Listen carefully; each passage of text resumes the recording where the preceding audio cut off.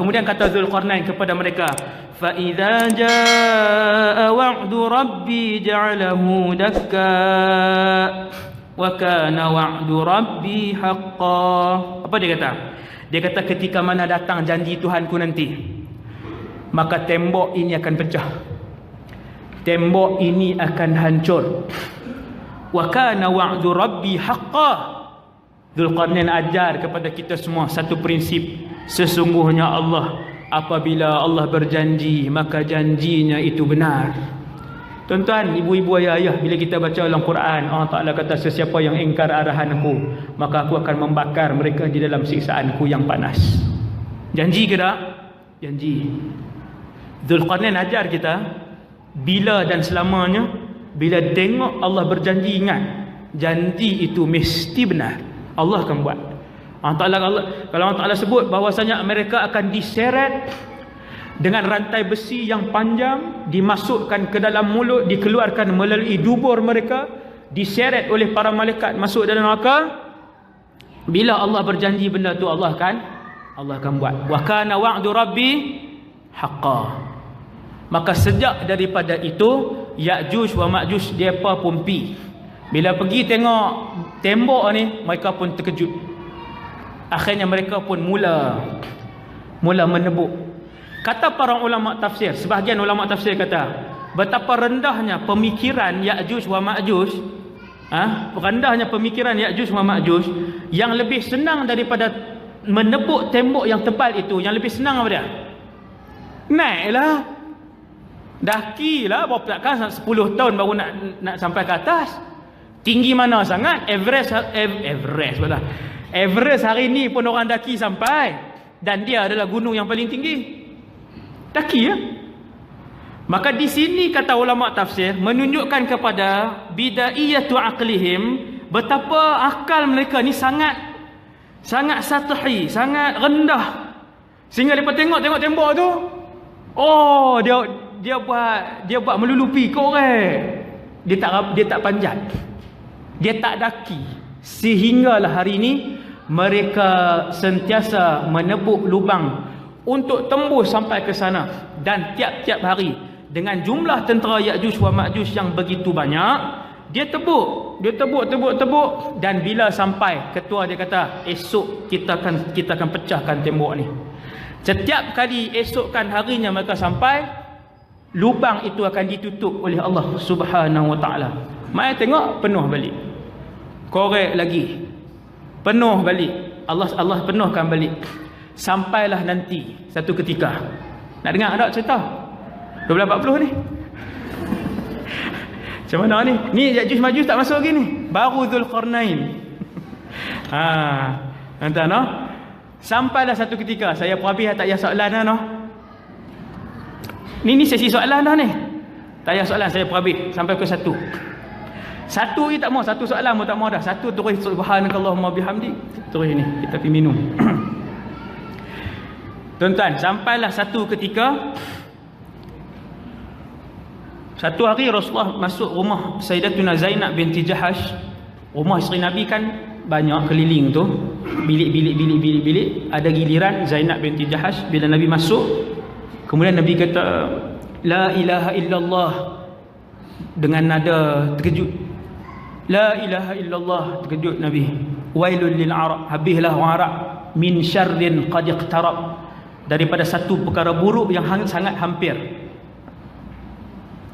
Qad futiha min radmi, hari ini telah dibuka daripada tembok Ya'juj wa Ma'juj, mislu hadhihi, sebesar ini. Nabi tunjuk kat isteri dia Zainab binti Jahash. Nabi buat macam ni, terbuka dah ni, sebesar ni. Kira Ya'juj wa Ma'juj sekarang sampai hari ni, dia dah boleh tengok, dia dah boleh lihat tembok ni tuan-tuan. Wallahu a'lam lah berapa tebal tembok ni tuan-tuan, tutup gunung tuan-tuan.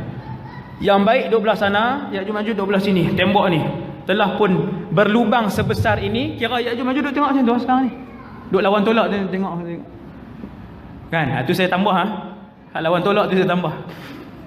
Jadi semua orang tengok dah mukjizat Rasulullah. Allah tunjuk suasana tu. Rasulullah ni kalau tuan-tuan tengok mukjizat dia hampir 1000 mukjizat Nabi ya. Tengok mukjizat Nabi, macam-macam mukjizat Rasulullah. Nabi nampak tuan, Nabi nampak Allah tunjuk itu, Allah tunjuk ini. Waktu semayang Allah tunjuk syurga ke Nabi, sampai Nabi buat tangan macam tu, tunjuk syurga. Sampai Nabi berjalan setapak ke depan. Waktu Nabi semayang macam ni, Nabi boleh melihat daripada arah belakang. Hadis sahih.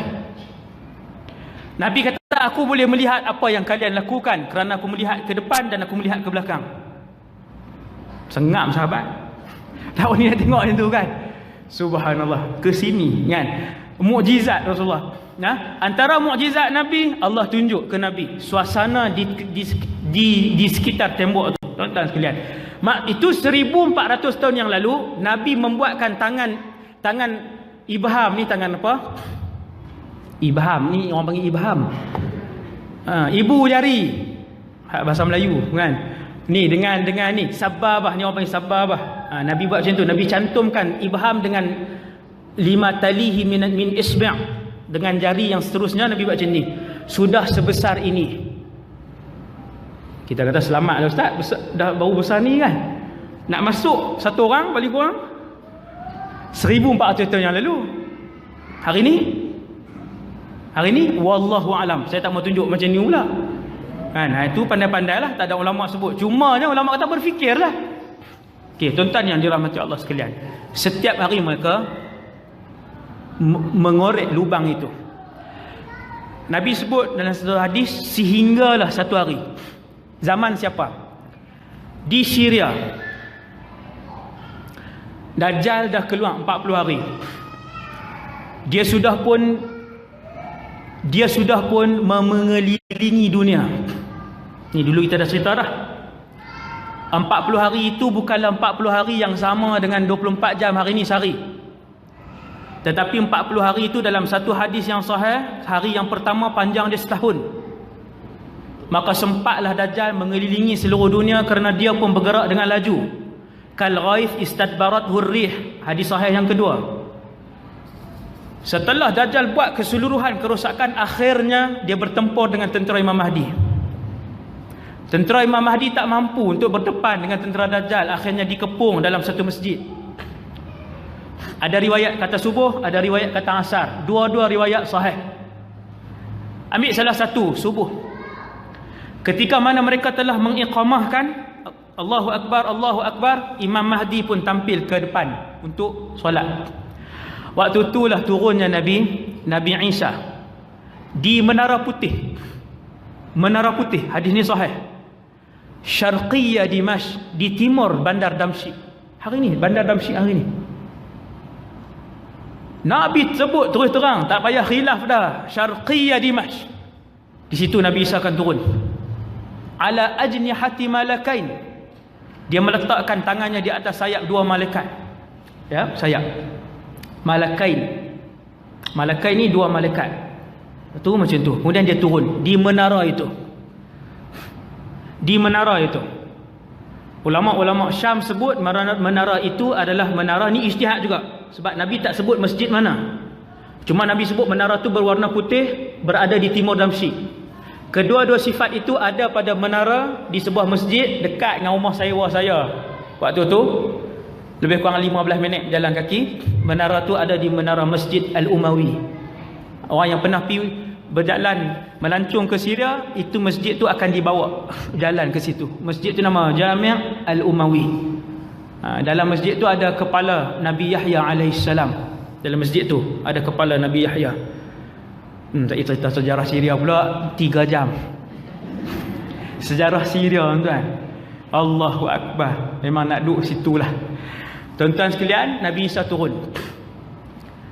Bila hak geng ni hak belakang-belakang ni kan, tak angkat takbiratul ihram lagi, Imam Mahdi dah Allahu Akbar dah. Ni geng hak duk perbetul kem pelikat ni. Contohlah. Tak ni lagi tak angkat takbiratul ihram lagi. Tuan-tuan, malaikat turun 2 orang, turun tak berupa manusia, dengan wajah malaikat, dengan sayap tu lah. Jelas hadis ni dia tak tafsir kot lain dah. Turun dalam keadaan 2 tangannya diletakkan pada sayap 2 malaikat. Yang duduk saf belakang ni tengok Nabiullah Ruhullah Isa ibn Maryam. Dengarlah Imam Mahdi di depan tu. Turun, terus berjalan melakukan solat. Nampak solat? Pentingnya solat yang ditinggalkan oleh umat Islam hari ini. Kekuatan umat Islam hari ini. Setelah berapa ribu tahun duduk di langit yang kedua, hayyun yurzaq, dalam keadaan ada nyawa dan nafas macam manusia biasa dan diberikan rezeki oleh Allah. Kemudian turun. Apa benda pertama Nabi Isa buat? Solat. Turun, terus masuk saf.